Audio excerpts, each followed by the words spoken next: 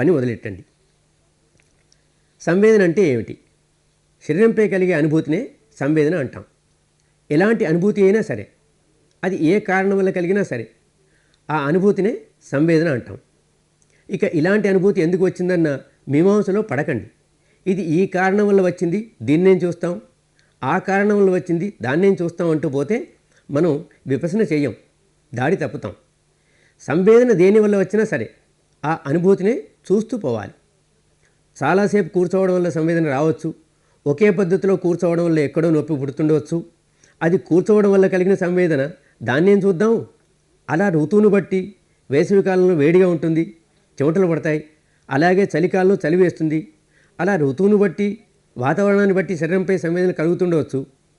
లేకపోతే శరీరంలో ఏదో ఒక భాగంలో వ్యాధి ఉందనుకోండి, మనసు అక్కడికి వెళ్ళినప్పుడు ఆ రోగం యొక్క సంవేదనలు అనుభూతిలోకి వస్తాయి. లేకపోతే ఇవాళ భోజనం ఒక రకంగా ఉండి ఉండవచ్చు, దానివల్ల కూడా ఏదో అనుభూతి కలుగుతుంది. మన శరీరంలో ఏదో ఒక భాగాన్ని గమనిస్తున్నాం, అక్కడ ఏదో ఒక సంవేదన తెలియవస్తుంది. ఆ అనుభూతి ఏ కారణం వల్ల వచ్చినా దాన్ని గమనిస్తూ ఉండటమే విపස්සన. ఇప్పటి వరకు ఏ సంవేదన కలిగినా దానికి ప్రతిక్రియ చేస్తూ ఉండేవాళ్ళం, భోక్తా జీవనమే జీవించేవాళ్ళం. మనకు ఇష్టం లేని సంవేదన ఉంది, దుఃఖం కలిగించే సంవేదన, దానిని దూరం చేసుకోవడానికి ప్రతిక్రియ చూపేవాళ్ళం, ద్వేష ప్రతిక్రియ చూపేవాళ్ళం. అదే మన మనస్సుకు సుఖాన్ని హాయిని కలిగించే సంవేదన వస్తే ఇంకా కావాలి అని రాగ ప్రతిక్రియ చూపేవాళ్ళం. దుఃఖం వస్తే దుఃఖం అనుభవించడం, సుఖం వస్తే సుఖాన్ని అనుభవించడం చేసేవాళ్ళం. మనసు యొక్క ఈ స్వభావాన్ని మార్చాలి.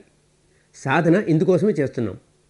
మనకు ఇలాంటి సంవేదనలే అనుభూతిలోకి రావాలి, అలాంటి సంవేదనలే అనుభూతిలోకి రావాలి అన్నది ఈ సాధన యొక్క లక్ష్యం కాదు. మనకు ఏం జరుగుతున్నా, ఏ కారణం వల్ల జరుగుతున్నా దాన్ని సాక్షిభావంతో, తటస్థ భావంతో, ద్రష్టాభావంతో తెలుసుకోవటమే ఈ సాధన యొక్క లక్ష్యం. ఇంతవరకు మన మనసు భోక్తాభావంతో ఉండింది. మనసు భోక్తాభావంతో ఉన్నంత వరకు వ్యాకుల పడుతుంది, దుఃఖంలో ఉంటుంది. దాని ఈ స్వభావాన్ని మార్చడమే మన లక్ష్యం. అలా మార్చాలంటే కేవలం బుద్ధి స్థాయిలో కాక అనుభూతి స్థాయిలో మార్చాలి.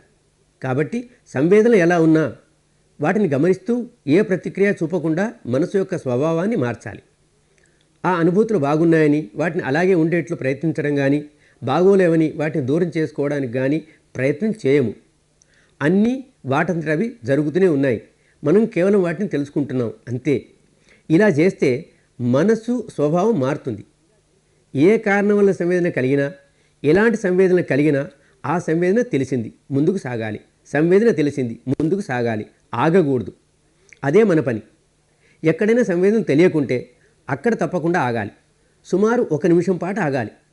శాంతంగాను, అప్రమత్తంగాను, సమతతోనూ మనస్సును 1 నిమిషం పాటు అక్కడే నిలిపి ఉంచాలి. మనస్సు సమతతో నిండి ఉండటం చాలా అవసరం.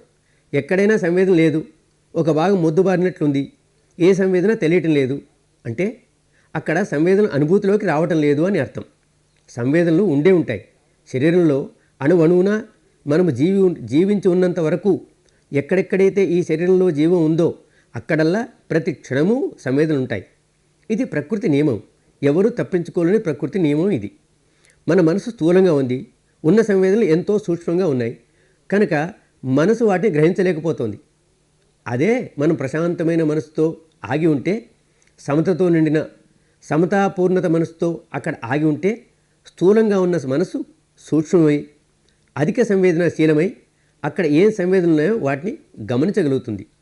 అలా కాక 1 నిమిషం పాటు ఆగాం కానీ ఆగి, అరే నాకు సంవేదనలు కావాలి చూడు, సంవేదన దొరకనే లేదు, సంవేదనలు కావాలి చూడు, సంవేదన దొరకనే లేదే అనుకుంటూ ఉంటే సమత పోగొట్టుకుంటాం, మన సంతులత పోగొట్టుకుంటాం.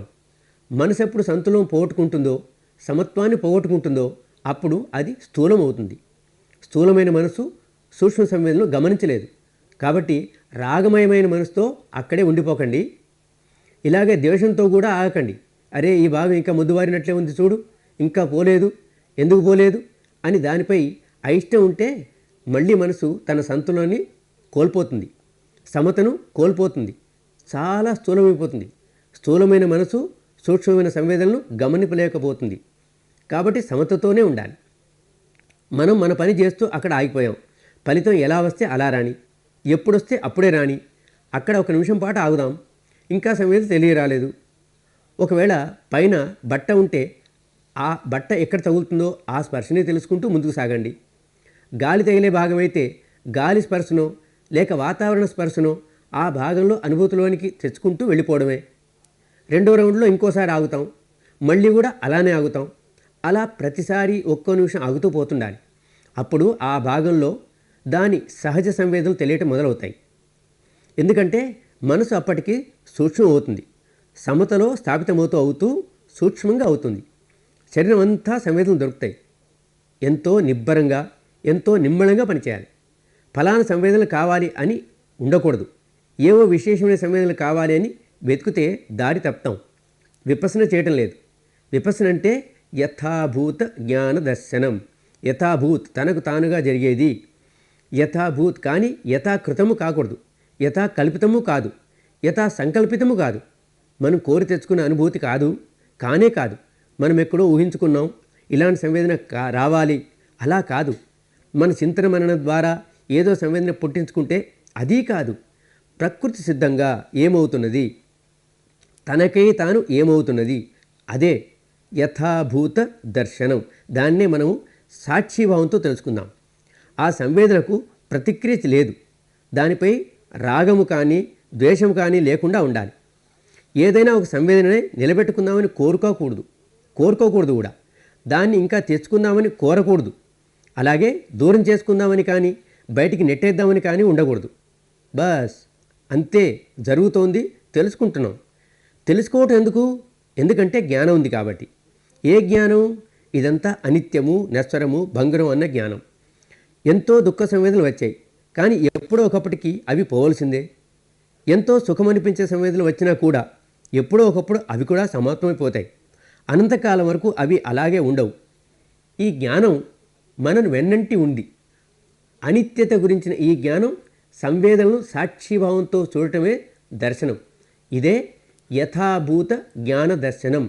తనంతట తానుగా ఏం జరుగుతుందో దాన్నే తెలుసుకోవాలి.